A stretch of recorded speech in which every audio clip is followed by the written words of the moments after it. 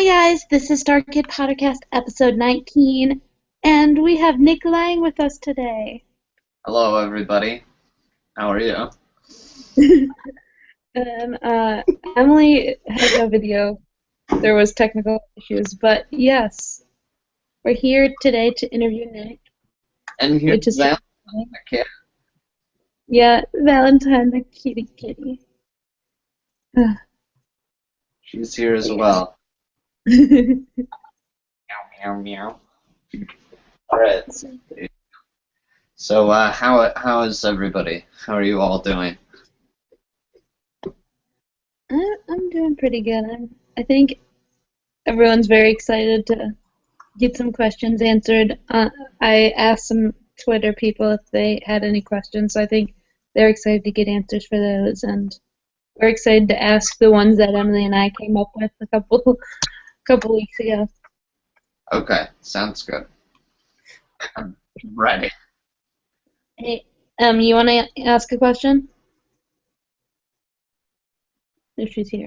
Do you want to kick it off? I'm Yes, just like that's fine. in the middle of trying to sort this. Yeah, that's I'll fine. chime in a sec, I promise. I am still here. Okay. You just can't see me. Okay. I think the first thing we wanted to talk about was just Quicksand Jack in general. Okay. Like, I know the Kickstarter's been doing pretty good so far. We've, reached the goal, the first one, and trying to keep reaching the stretch goals and everything. So. Yeah, for sure. Yeah, it's doing just fine. We reached that first goal, and then it kind of stopped, and then there was a day when I said that I would retweet and favorite and follow anyone that would like tweet at me a picture showing that they supported the Kickstarter, and then it went up maybe like $500 or something, Mm-hmm. and then it stopped again, and so it's kind of on a bit of a plateau right now. So I have now said that if we reach $5,000, which right now we're at like 3,000 something, if we reach $5,000, then I will release a download link for a spec script that Matt and I wrote for My Little Pony Friendship is Magic that we sent to them, and we didn't hear back. Apparently they don't accept spec scripts. So we were just like, oh, mate, we like the show. You let us write for it? No, absolutely not.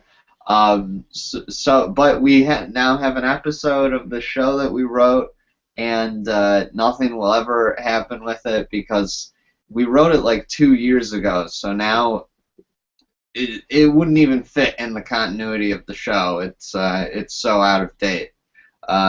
So we have that I said we'd release if we got 5,000, and then just this morning I said if we reach 6,000. Then I will release an episode synopsis or a season synopsis for Little White Lies Season 2. Eric Congale has already released an episode synopsis, but I don't think it's the same thing as what he thinks. So Okay. I would release my version. So if it ever gets to $6,000, I'll do that. But who knows, you know? I want to do so bad. Like, I want the My Little Pony thing so bad. Yeah, it's cute. It's good. So I hope that people also want, the Quicksand Jack stuff. Yeah, totally. Yeah, that's definitely it's a good project, and it's something that we've been working on for a very long time. And Jen and Tia, Jen is my sister and Tia is her wife. Jen does all the pencils and the inks, and then Tia does all the coloring. So they've been working on it for, they're going into their third year of working on it because they have to work on it like in their free time.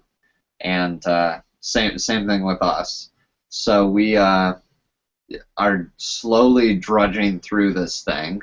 We're about to get the 3rd issue done, and there are 7 issues, so we're not even halfway done yet. And yeah, I would hope that people would read it. I know that a lot of people maybe that are Star Kid fans or people that might follow me specifically might not be incredibly big comic book readers, or they might think, oh, this is too violent or something like that. But I think that it's a good story, and I think that it's funny, and I think that people will like it. And I think that as the series goes on, it gets better and better. So I think that people will like it if they follow it and read it. Cool. Yeah, I just haven't had the time to sit down and read it. I really want to. And when I gave to the Kickstarter, I gave so I get it a copy of the 3rd one. So I'm like, okay, Emily, you have to read it by the time. You have to read it by the time the 3rd one comes out.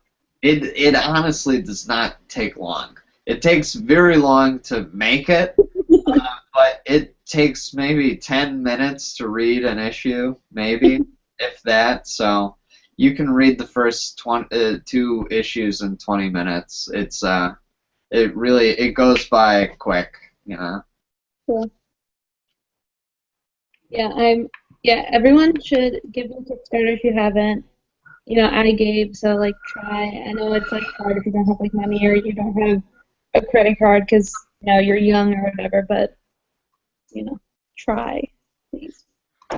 Yeah. It's I know that a lot of people are young and they don't have credit cards or PayPals or anything like that. So I totally understand that, and that's just fine. Yeah, it's also about getting the word out as well. So if people want to just spread the word, tweet about it, maybe try and get some if you have any friends that are comic book fans, send it their way to try and get them interested in it. So yeah, look, we can see Emily now. Woo! We can see you. Hello, Emily. Who knows? Can we hear you now? I don't know. Who knows what's happening anymore? I'm waiting to see if I can hear Emily. Now she's frozen with her contact. Frozen right now. Okay. Oh, you're not frozen anymore. I'm frozen. Oh no, we got you. I think maybe. Who knows? I saw her. Oh, there she is. Hello. Am I? Oh. Can we hear me? You're fine. I think it's working. Hi. Hello. Hello. There you are. Hi. Hello. Okay. Yeah, Emily, we just finished talking about Quicksand Jack, so do you want to ask about the next thing? Or are you going to be just... Do people know what Quicksand Jack is? Do we think? Quicksand Jack's my favorite subject. Yeah, it's fun. It's a nice little natural western. You go ahead. We kind of went into it before. Yeah, when we talked about you and Matt, we kind of talked about it. Oh, okay, cool, good. Thank you. Yeah. Yeah. Yeah, I feel if you don't remember, Quicksand Jack is a comic.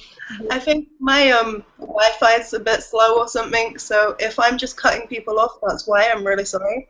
No. That's okay. I think it's less lag when you're not in video. Maybe that's why it wasn't working earlier.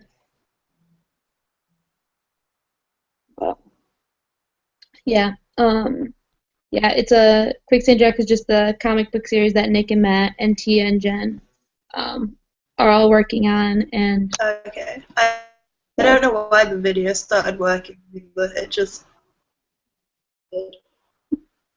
I know. It's okay. Okay. So another thing I think a lot of people are like interested and haven't heard a lot about is just like the editing process for like the shows. Oh, okay. The editing process is pretty simple. There's not an incredible amount to explain. It's just like very monotonous and boring. Um, I've got another computer over here on my desk that Okay. is my editing computer, and that one is like, it's because Final Cut Pro, old Final Cut Pro on this computer that I'm talking to you on right now, it doesn't work anymore for like the higher quality footage. Like cameras are getting better and better, so Final Cut Pro, they've updated it to keep up with the uh, bigger files, basically. Mhm. Uh, like new Final Cut Pro is faster. It's now Final Cut Pro X or Final Cut Pro 10, and there's like a point something something on it. It's now like an application that you download. It used to be discs. Like I have the old discs over there, and so I had to learn how to use new Final Cut Pro because the old one doesn't work. Like the foot won't play on the old Final Cut Pro. Okay. So I had to learn how to use a new editing software, and Final Cut Pro changed everything. It's a well-known editing software that has been used by professionals for many years. Yeah. And then for some reason they decided, oh, let's change absolutely everything about it. And I think they made it more like iMovie so that people who were not familiar with old Final Cut Pro could jump on to new Final Cut Pro and learn it easier. But so I had a time trying to figure out how to do everything that I used to be able to do on the old Final Cut Pro. And then it's just a matter of lining up all of the cameras and cutting between them, and then like all the camera angles that we have for the shows. And then I have to readjust the framing sometimes and color correct everything and cut out bits that don't work and cut between the two nights that we filmed so that I get the best possible thing. And then, that's about it. And it just takes a while. And I'm also, like off doing other things. So you just do a little bit at a time. And then we try to schedule our releases for our YouTube releases, to coincide with like a holiday or something to like get people excited. But one of the main things that we have to wait for when we are releasing these shows is we have to edit the audio and get the album ready. So that is a longer process because the same guy has to mix the audio for the video and do the producing for the album, and that guy's Mark Swiderski. So he is like the guy that makes the shows sound good. So he's like the most useful, wonderful man in the world. And so we have to, he has a full-time job, so we have to, and I wouldn't trust someone as much as Mark. So Mark has to edit the audio for the video and edit the album, but we'll have all of that stuff done for Annie by Halloween and have it released on YouTube and have the album out on iTunes on the same day so that people can watch the show and then go, oh, I like those songs. Let me download the album right now. So Cool. Yeah, we all love Mark, so. he's the best. He's also the nicest guy I've ever met. Is your thing working again? Who knows? But yeah, Maybe? Can you hear me? Kind of can hear you, you know. I think it's lagging very badly. But yeah, I think editing is very interesting. Oh dear. Yeah, well, I'm like a huge Lord of the Rings fan. Hey, So I've watched like a lot of the like special features where they show like the editing process and kind of stuff. So I always think that's really interesting. Yeah. On a movie like Lord of the Rings, I think that the editing is way more complicated on a movie. When we had to edit Little White Lie, that took us a very long time because you're just with one of these shows. It's basically filmed like a sitcom, like how sitcoms used to be filmed, to where you do the whole thing live and just basically you're just switching between camera angles. Okay. We do a little bit more complicated than that in that we also edit the timing of certain jokes and make sure that things play well, and we'll cut out things that don't work and stuff. But everything is written beforehand. Like, basically when you go to see the live show, you're seeing what will be on YouTube. When you're doing a movie, you film the whole thing out of order. You have to film like one little line at a time, and then you have to find all of that stuff and organize all of it and put it all together. And a movie is like so hard, and especially something like Lord of the Rings where every single shot is a special effect. Terrible. That's the worst thing. It's the worst thing ever. Yeah, when we were editing Little White Lie, we also basically reordered everything as well. Like, from the shooting script was not the same as what the final thing was. Like, we would move the scenes around and cut things out to like try and simplify the story or try to make it work better in the amount of episodes that we were trying to do. It was a nightmare. Yeah. I've heard some of like just all the editing that had to be done and stuff.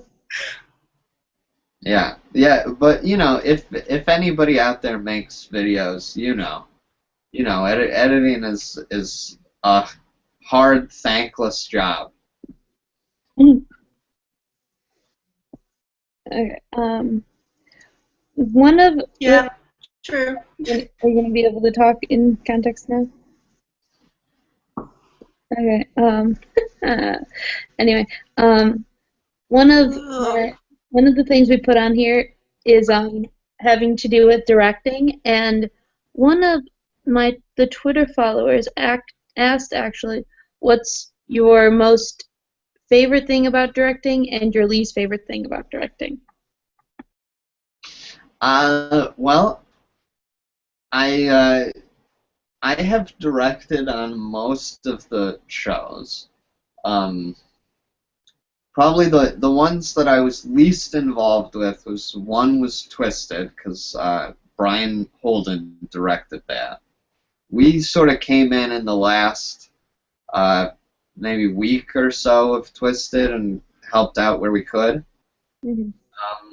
And then I wasn't incredibly involved in the directing of Me and My Dick because I was living in LA at the time, so I was only able to come out for like the week of the show.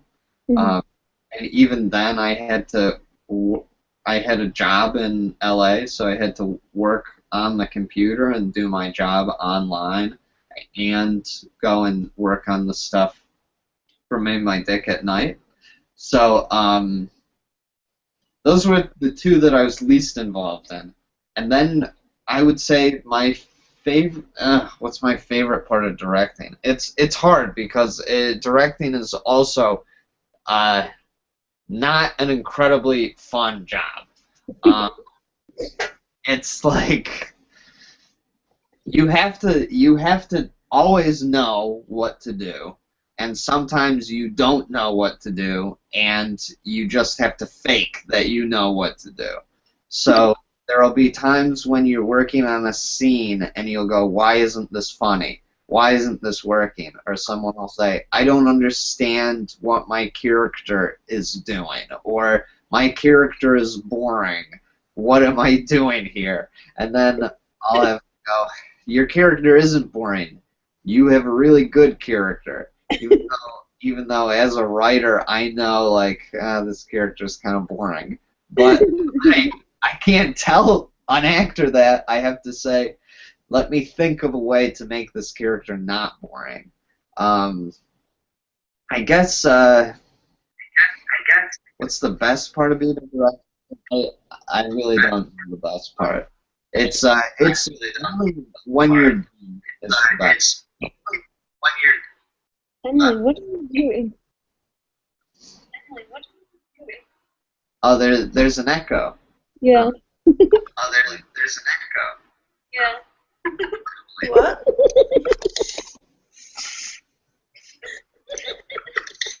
I'm not even doing anything. I haven't touched anything because I keep breaking everything. Okay. Anyway. I'm gonna just. Yeah, so I'd say the worst part of directing, though, is, for me, is when you have to direct your friends. Sometimes it's like none of your friends are going to take you seriously or treat you like you have any sort of authority over them. You know, you know, like, people will tell me that, like, what we're doing is boring or something like that. One time, Joey, during Starship, I was trying to block a dance number with those flat 2D bugs. Uh-huh. They can only do a couple things, to where they can go side to side like this, and they can go up and down like this, they can walk across the stage. They can't do anything else because they're flat pieces of cardboard. They can't move. So, I was organizing this dance thing, telling people where to go, and then Joey raised his hand and he said, Nick, everything we're doing is just really boring. And it was like a long day. That was a really rushed rehearsal process. And I got so livid with Joey. And I looked at him and I said, would you like to direct the show? And then I walked out of the room.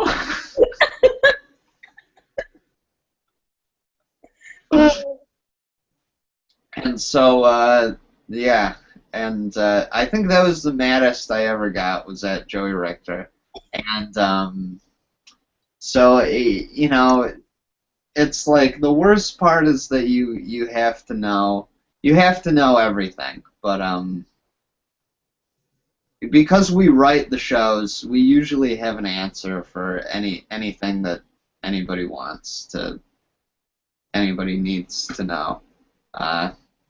It's not too bad, but I guess also with directing, you know, you get to, like, pick how everything is gonna look. You get to pick how everybody does everything. You basically get to be in charge of the direction of the show, and that's as being the writers as well. We like to.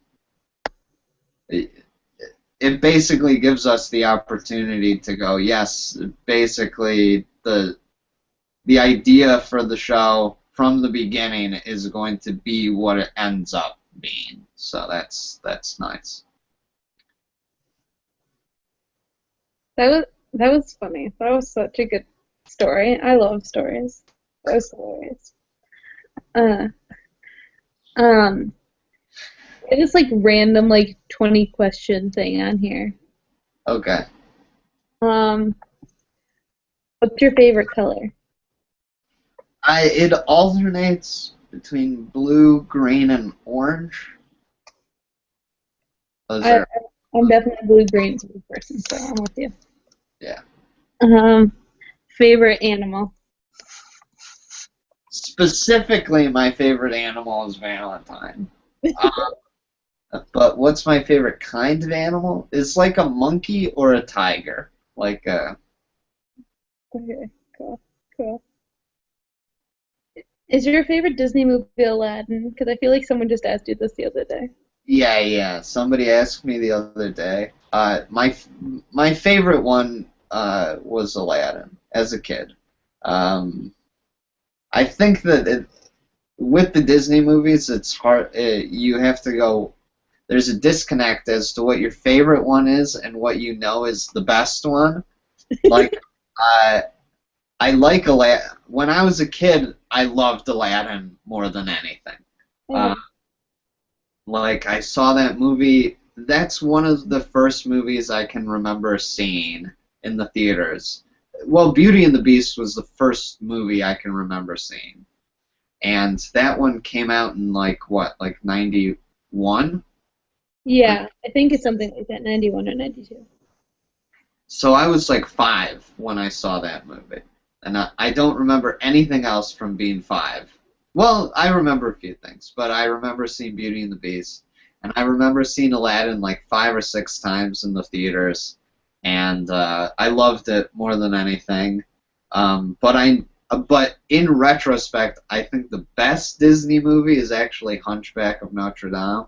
Thank you. Good Lord. Everyone's just like, that's like, I'm always with someone and I'm like, this is the most underrated Disney movie ever. Like, It is the most underrated one, because it's an amazing movie, but its kids don't understand it. Kids like just flat out can't comprehend it because they don't understand things like sexual repression, and that's what like Frollo is all about. And when I was a kid, I remember hating the fact that Quasimodo didn't end up with Esmeralda, but you know, as an adult, you look at it and you go, that's for the best. You know? It's like they don't have to end up together. So, as an adult, I think that's the best one. But as a kid, I liked Aladdin the best, and I liked Little Mermaid second best, because that's a great movie. I also, this technically isn't one of the main Disney movies. okay. If you're talking about Disney animation, there is a studio that makes the Disney animation movies. And then there are other studios that Disney has. And there was one called Toon Disney, which made a lot of, you know, the cheap quills and made a lot of the TV shows. Okay. But the big movie, they made a couple big movies. Like they made the DuckTales movie, and they also made movie. that's a good one. And they also made a Goofy movie. Mm-hmm.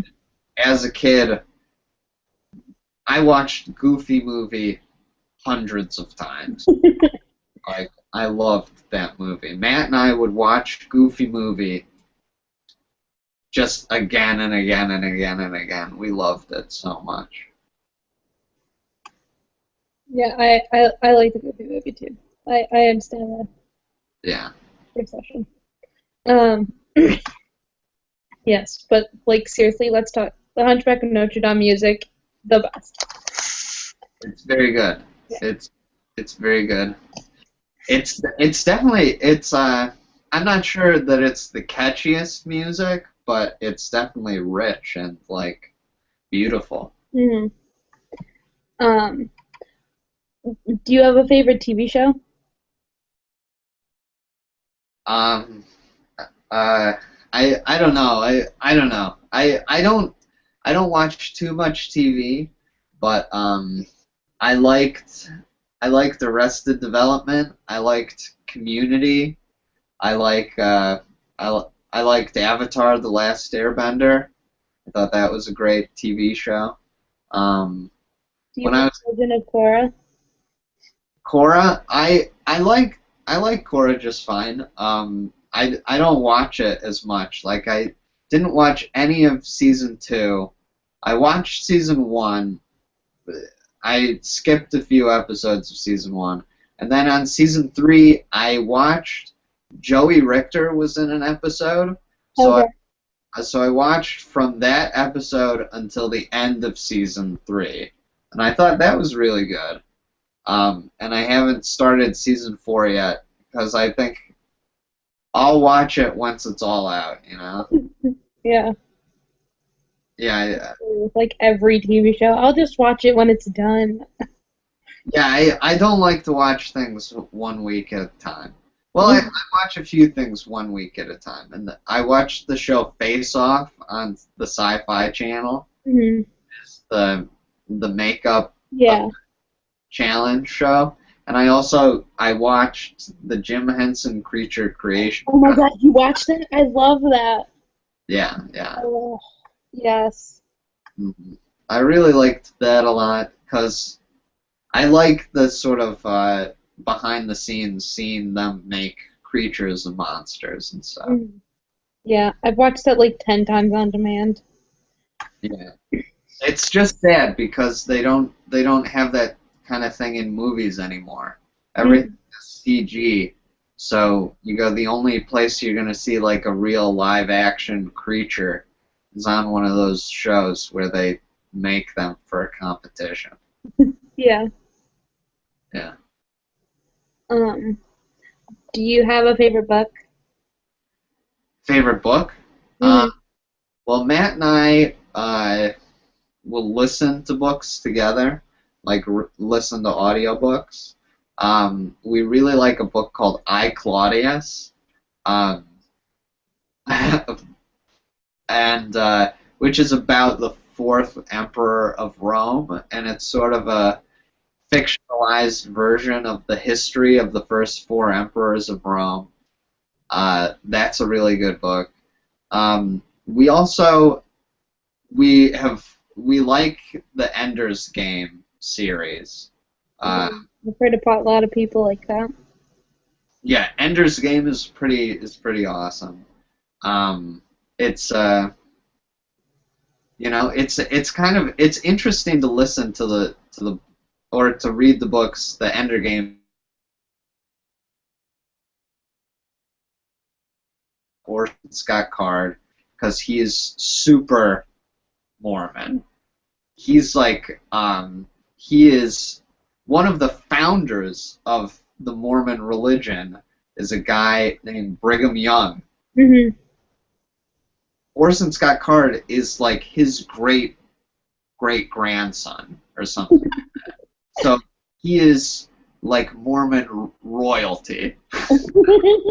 So, so it's interesting to listen to the books because to us, before we knew that Orson Scott Card was the religion that he is, we were like, he's got to be some form of like atheist or something because the books are so secular, in our opinion.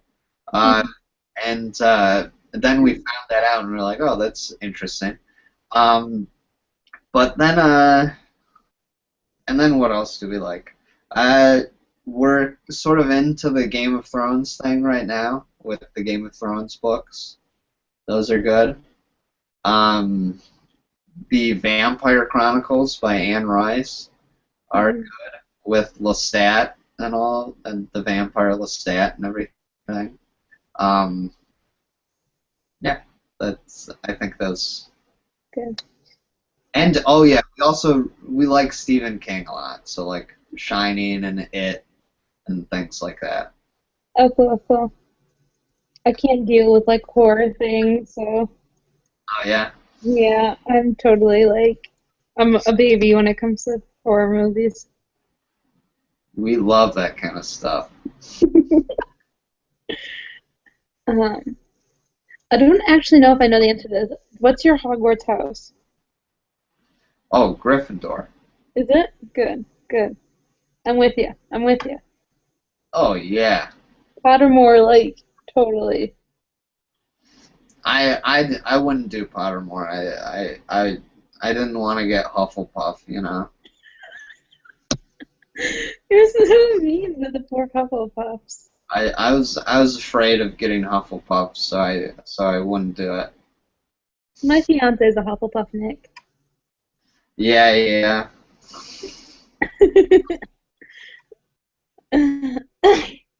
um, so do you have a lucky number? I don't know, like 7 or something. Like when I think lucky numbers, I think 7 and I think 13. Even though 13 is the unlucky number, I think that's why I go, that's a lucky number because I'm going against the grain. But I think everybody thinks that. Um, if you could go to any place in the world, where would you want to go and why? I really like Edinburgh. Okay. That's a great place. That's my partner Scout, who I'm dating now. She likes, she before I was dating her, I probably would have just said like Disney World, like straight. That was my go-to answer. Was going, I'd go to Disney World because I like fake buildings, and I like it when you're inside of a building, but they have it decorated like it's outside. Mm. So I would have said that, but since dating Scout, I have now gotten into the habit of saying a real place because she doesn't.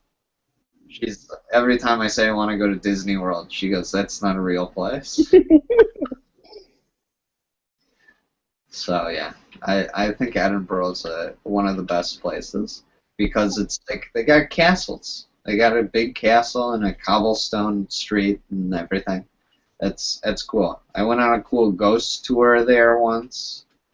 And one time I performed in the Edinburgh Fringe Festival. Cool. So it's a good place. But I've never been to Venice. I'd like to go there as well. Uh-huh. I want to go to New Zealand so bad. Oh yeah, Yeah. that's a good place too. You've been there? No, but I saw it in the Lord of the Rings movies. Yeah, that's why I want to go. Oh yeah, yeah. Do you have a favorite food? Pizza. Emily wanted to ask, would you pick dragons or pizza? Dragons or pizza? Like to exist in the world? Yeah. Like if would I like trade pizza existing You for? would have one or the other. Yeah. Wait, what's that? Who knows what I don't even know what she's doing anymore. Yeah, I don't know. I feel like a dragon is better in theory than in actuality. Ow. Dragon eat you and kill you dead, but you eat a pizza, so I don't know if I'll choose pizza. I'll choose pizza over a dragon. Do you have a favorite swear word? Yeah. No. I in my regular life I don't say swear words. Oh, you don't? No, not in my real life. Only in writing world. We have swears in there. Well, Matt swears all the time, but not. That's funny. That's an interesting fact. Uh, do you have a favorite accent? Like a favorite accent to listen to, or a favorite accent to do. Both. Um, all the accents are good for different reasons. You know, like Irish accent is a good one. I like for sure. There's the British accent. That's a bit beautiful. Uh, you know, Indian accent from India is a great accent. Yeah, I like Indian accents. That sounds great. I've become, I've grown more to really like Russian accent. I think that's great. Um, they're all great. They're all good for different reasons. The only accent that I don't like is my accent, Michigan. Hey. Not even your, because you don't have as much of an accent as I do. I don't like my, I just don't like my voice, is what I'm. Oh, I understand. When I listen to mine like on a video, I'm like, no. Yeah. Okay. In tribute to my hat, what's your favorite Pokemon? Uh, I think I like Bulbasaur the best. Um, you know, yeah, probably that. There are a bunch of good ones, you know, a bunch of good. Pikachu's very good. We call Valentine Pikachu sometimes. Hmm. Pikachu is not my favorite, but I had this hat, so I was like, I'll wear it. Okay, yeah, yeah. No, Jirachi's my favorite Pokemon. Who? Jirachi. Which one's that? She's like white with like these like yellow triangles, and then she's got like what if I could find a picture and put it up here? Is that one of the original 150 or no? No, it's not. Then I don't know who it is. I don't know any Pokemon besides the original ones. I know you're one of the true fans, apparently. That's back in the day when I was the age for Pokemon. It was when there were only 150 of them. Except there were 151 because of Mew, but that was, you know. Hmm. I also like Eevee a lot though too. Yeah, Eevee's good. That's a good one. Yeah, my fiance is a big Pokemon. That's really why I got the hat, was because he's very big into Pokemon. Yeah, yeah. Pokemon is good. Matt and I think they have an idea for a Pokemon movie where basically we said it should be like a sports movie, um, like Rocky or Mighty Ducks or something, to where most. Like an underdog sort of thing? Yeah, it'd definitely be an underdog sort of thing, to where it should be formatted to where Ash is, he wants to be a Pokemon trainer. He gets Pikachu first, and he basically has to assemble this ragtag team of Pokemon that all dislike him at first, but then he wins them all over, just like a sports movie.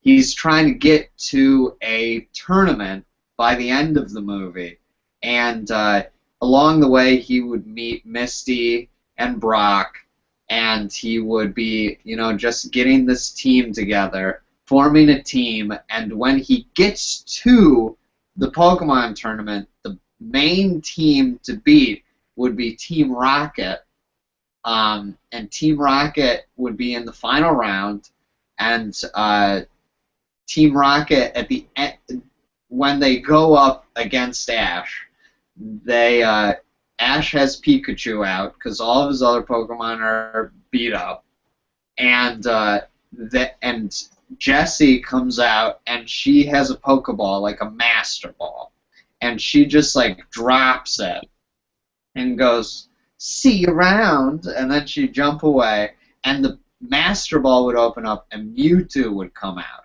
because they've stolen Mewtwo earlier in the movie. And it would have turned out that the whole movie, they had a plan to pose as a Pokemon team, Team Rocket, and steal all of the Pokemon that are beaten in the tournament and are all healing in like their Pokeballs in the back room of the tournament. Mhm. And they release Mewtwo to like wreck up the place, and then they go and steal all the Pokemon and are getting away. And then Ash and Pikachu and all them have to deal with Mewtwo and then stop Team Rocket from getting away with all the Pokemon. And that would be the climax of the movie. I would seriously go see that. It would be a great movie, especially if you made all of the Pokemon as real puppets. If you like did it like really actually made it live action. Don't make them CG, because that's just them being cartoons again. You should make a live action movie where they are actual puppets and have it be a simple sports movie leading up to a great climax against Team Rocket. And I think if that movie came out, it would be the biggest movie of all time. Oh, that's so cool. So if anyone wants to hire us to write that, I'd be happy to. That was great. That's amazing. Do you have a favorite villain in like comics, I guess?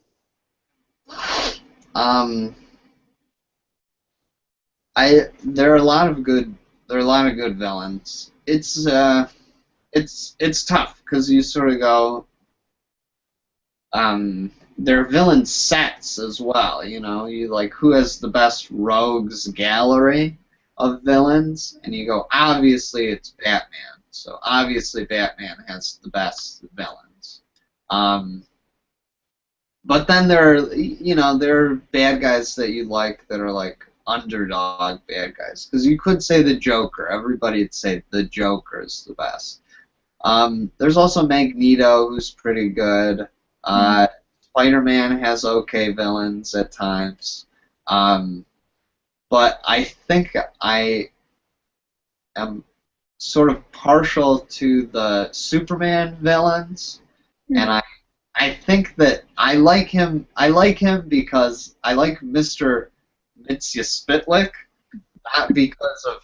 I think that he has potential, and I think that he has untapped potential as being a great villain.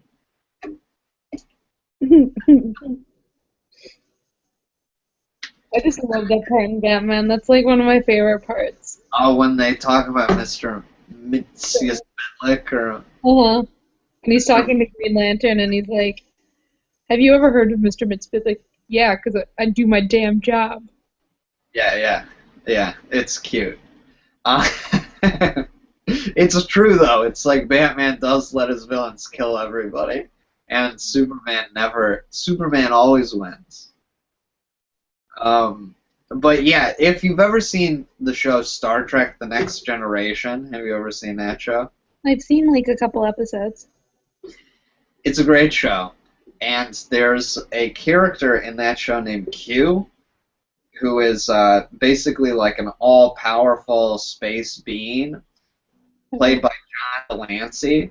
And when they, in My Little Pony, Friendship is Magic, when they made Discord, the character. Have you ever seen the show with Discord? Do you know that? No?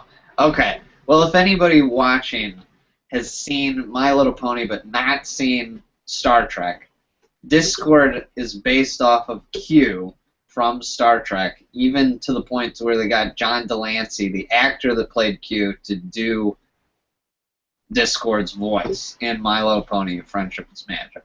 So I think that Mr. Mxyzptlk could be a lot more like Q, and it'd be really cool. That's cool. I like this question. What movie ending really frustrated you, and how would you change it? What movie ending? Yeah. It's sort of tough because you go a good movie usually has like a good ending, bad movies have bad endings. Or now, if I say anything, I'm gonna be insulting a movie. I don't want to insult any movie because I have, it's like it's all my personal taste. I don't want to go into all the things. So I'll pick a movie that I actually do have a lot of affection for, and I think it gets such a bad rap, is Spider-Man 3. Spider-Man 3, everyone hates on it, but it's not half as bad as everyone says it is. Everyone talks about how much they hate emo Spider-Man, or they hate the fact that Spider-Man dances, and I'm like, those are funny parts of the movie. Like, the movie's funny. Also, why are the Guardians of the Galaxy allowed to dance, but Spider-Man isn't allowed to dance? It's funny when Spider-Man dances. He's a funny superhero. The movie's allowed to be funny. I think that the end of the movie, though, is tough because in retrospect, I wish that it would have ended with Mary Jane and Spider-Man getting married, because that turned out to be the last Spider-Man movie. So I would have liked it if I would have gotten to see them get married at the end of it. Mm-hmm. On a hill, because they set it up in Spider-Man 2 when Mary Jane is going to get married. Peter Parker's walking around with her, and he goes, "I always pictured you getting married on a hill." And she goes, "Yeah, well, I'm getting married in a church." And I thought it would have been the best end if Spider-Man and Mary Jane got married on a hill at the end of the series. That would have been cute. That would have been nice. Mm. Okay. Let's see, what else Twitter questions? Okay. At Belgian Starkid wants me to ask you, would you consider making a Teenage Mutant Ninja Turtle show, and who would you cast in the show? Okay. I've thought about who I would cast. I would probably not make the show because I like the Ninja Turtles so much, and I would rather like make a legitimate Teenage Mutant Ninja Turtle thing than make a parody of Teenage Mutant Ninja Turtles. Just because I feel like the first Ninja Turtle movie was so good. Like the one from 1990 was such a good movie, and it's like very faithful to the comics while also mixing in the flavor from the TV show, and it's a great thing. Like I would say that's probably the best Ninja Turtle thing that I can think of. But if I were to make a Ninja Turtle thing, I would make it exactly like the TV show.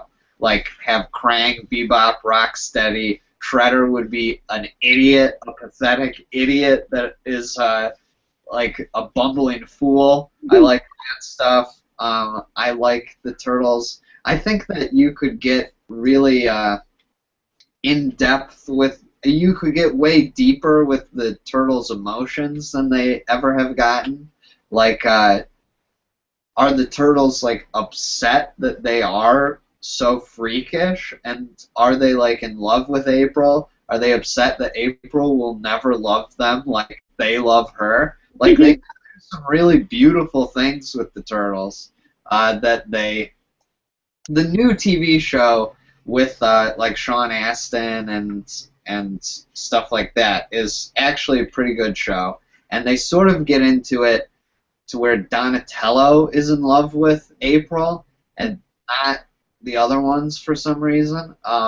But Donatello's in love with April in the new show, and they sort of get into a little bit like she'll never like Donnie like he likes her.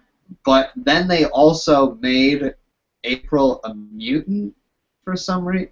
They made her a mutant, I think, so that they could say, okay, it's okay that Donnie likes her, and maybe they will end up together. She's a but she looks just like a person. Don't worry. Yeah. It's just so that she can have powers and not be boring. Yeah. So who would I cast though? Mhm. Well, Denise Donovan does a spot-on April O'Neil impersonation from the first Ninja Turtles movie. The girl with the big frizzy hair who goes, and they talk perfect. That girl. Denise can do her, so I probably cast Denise as April. Mhm. I would cast, if I could pick anybody, I would cast Mark Swiderski as Donatello because he's a pretty good. He's just like Donatello. Like That's he's really smart and nice and cool. I would cast Clark Backstresser as Leonardo. He's really cool, and he'd be a good leader.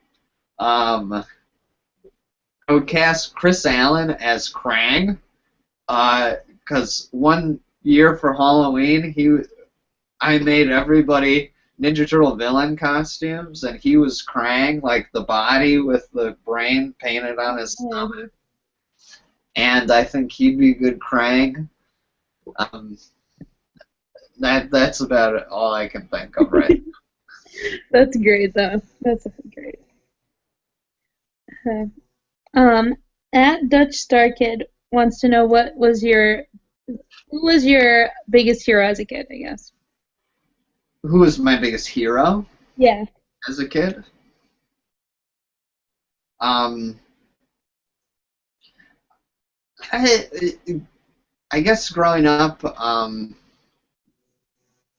I liked a lot of the people that I'd say a lot of people like, like as a kid, there's a very romantic idea of like Steven Spielberg. I think a lot of people love Steven Spielberg. I loved Jurassic Park more than anything when I was a kid, so I was like, Steven Spielberg's the best.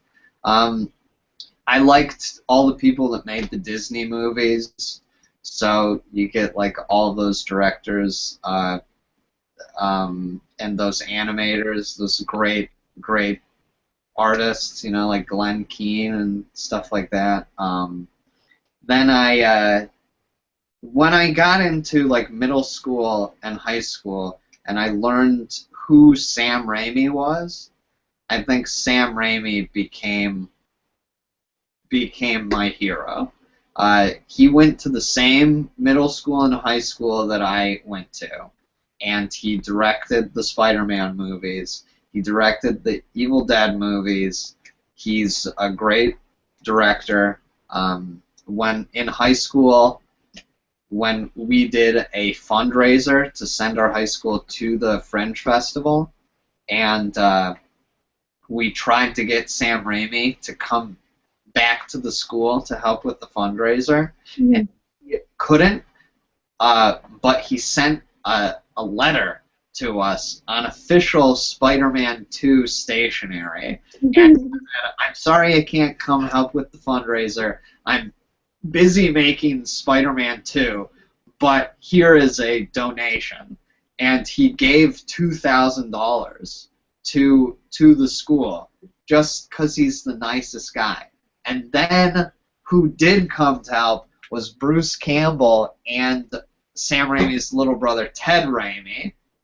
They actually came to the school to help us with our fundraiser, and Bruce Campbell did a screening of a movie that he was in called Bubba Hotep, where he played Elvis Presley, and he's the star of the Evil Dead movies, and if you've seen the Spider-Man movies, the wrestling announcer that names Spider-Man, Okay, yeah. he's also in Spider-Man 2 as the usher that won't let Spider-Man into the play, into Mary Jane's play, and then he's in Spider-Man 3 as the maitre d' of the French restaurant. He's really good. Like, a lot of people love Bruce Campbell, but he actually did show up. So all those guys that made Evil Dead and then went on to make the Spider-Man movies, those were my big heroes. That's cool. That's awesome.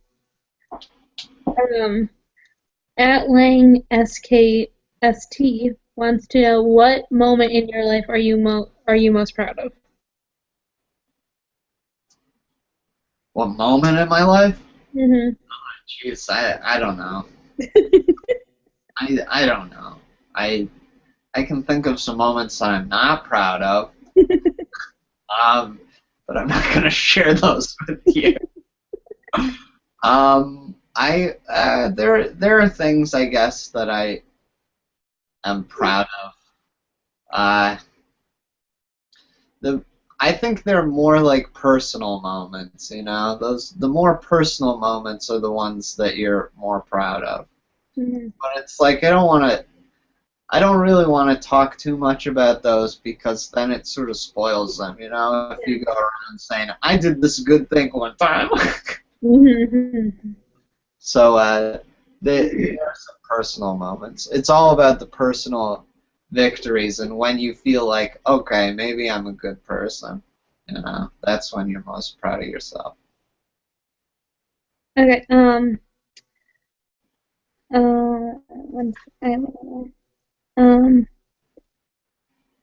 At Julie Delbell wants to know who's your favorite pony, and she also wants to know what show do you personally think you did best in? Like, did I do best in performing I one? think one performing wise and one writing wise. Okay. My favorite My Little Pony, it fluctuates, because they're all great characters. I usually say Twilight, just because she's the main one. But I really like Pinkie Pie. Hmm. She's great. I really like all of her episodes when because they tend to make the episodes about her, she will get sad or frustrated. And I think that is interesting. Um, when I first liked the show, I think the gateway pony is Fluttershy. She's the one that you watch and immediately you like her, but then you start to go, okay, I like all these other ponies too. Matt's favorite is Rarity, so there you go. And Derek Congale's favorite is Applejack. Um, and then, you know, Lauren Lopez's favorite is Rainbow Dash. So if somebody likes every pony. And then which show, acting-wise, I think I do the best in Annie, the Annie show. Writing-wise, I really liked the Batman show. I thought that the Batman show was nice and tight. It was not 3 hours long. I thought it was pretty funny, and liked. I really liked the Batman show. I thought that was a good process. I think the script that Matt and I came up with was pretty solid. And then, but I also did like the Harry Potter sequel, because the Harry Potter sequel, I think, is so funny. I think that it is one of the funniest ones that we did, and it was one of the hardest ones to do as well, because it was a nearly impossible task to make another one of those Harry Potter ones and figure out how do you make this from one show that tells the entire story of Harry Potter into like a series that more so when we were doing it we were like what are we gonna do, like we already beat Voldemort in the first one, and when we didn't want to do Voldemort again because that was just gonna. We kept on trying to think of, okay, what could Voldemort do now, and what could him and Quirrell do now? Because we just thought it's got to have Voldemort and Quirrell because they're like the main thing of the first one. Mhm. But then we started to go, okay, let's not do Voldemort again, because anything that we do with Voldemort is just going to ruin the stuff that we did in the first one. Mm-hmm. So then because our original idea was to have the main characters go back in time to go to Marauder. But when we announced the show, that was the idea that we had. But then, as we were working on it, we were like, this sucks. This is the worst thing of all time. And, all right, what if... Because I said, okay, can we just continue Harry Potter after Voldemort gets beat? And Matt said, no, absolutely not. You can't continue Harry Potter after you beat Voldemort. So then I said, okay, what if the main characters don't go back in time, but what if the bad guys go back in time 1 year to Harry's first year? Because as we were writing these shows, we would just say like dumb jokes that ended up placing them in a chronology.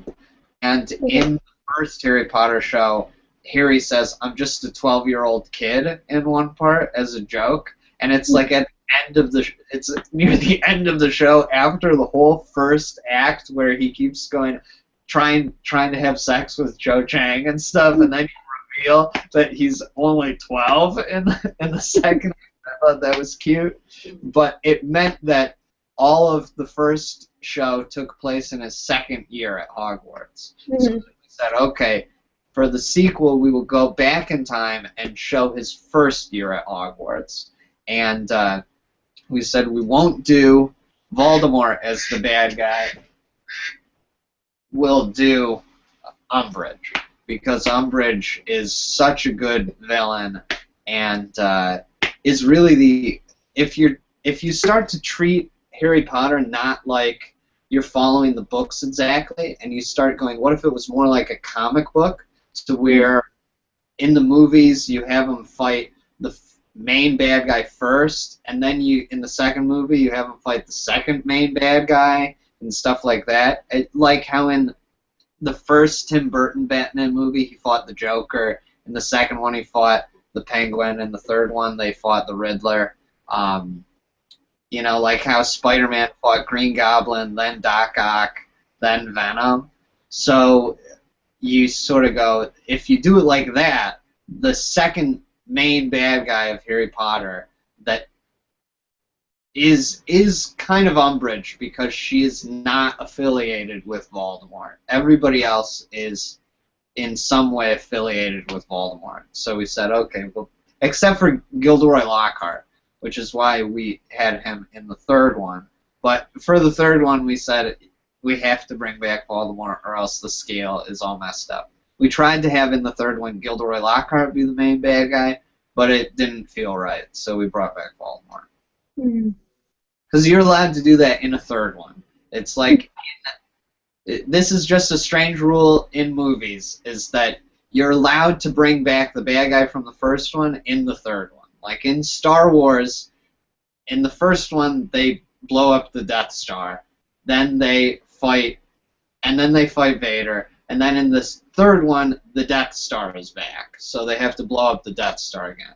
In Indiana Jones, the first one he fights Nazis. The second one he fights the Thuggee. In the third one, you go back to fighting the Nazis. So it feels the same as the first one.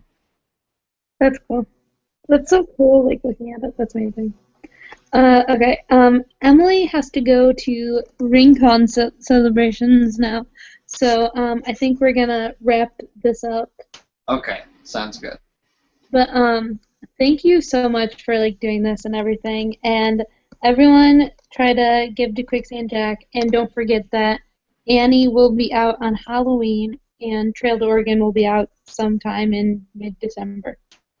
Yeah, for sure.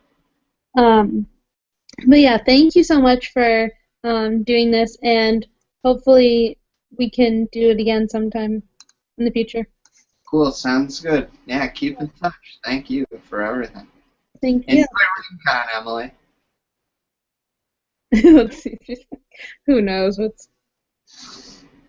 She- oh, She's who got a knows? thumbs up. All right. Okay, Okay. Well, thank you very much. Have a good day. bye. Bye.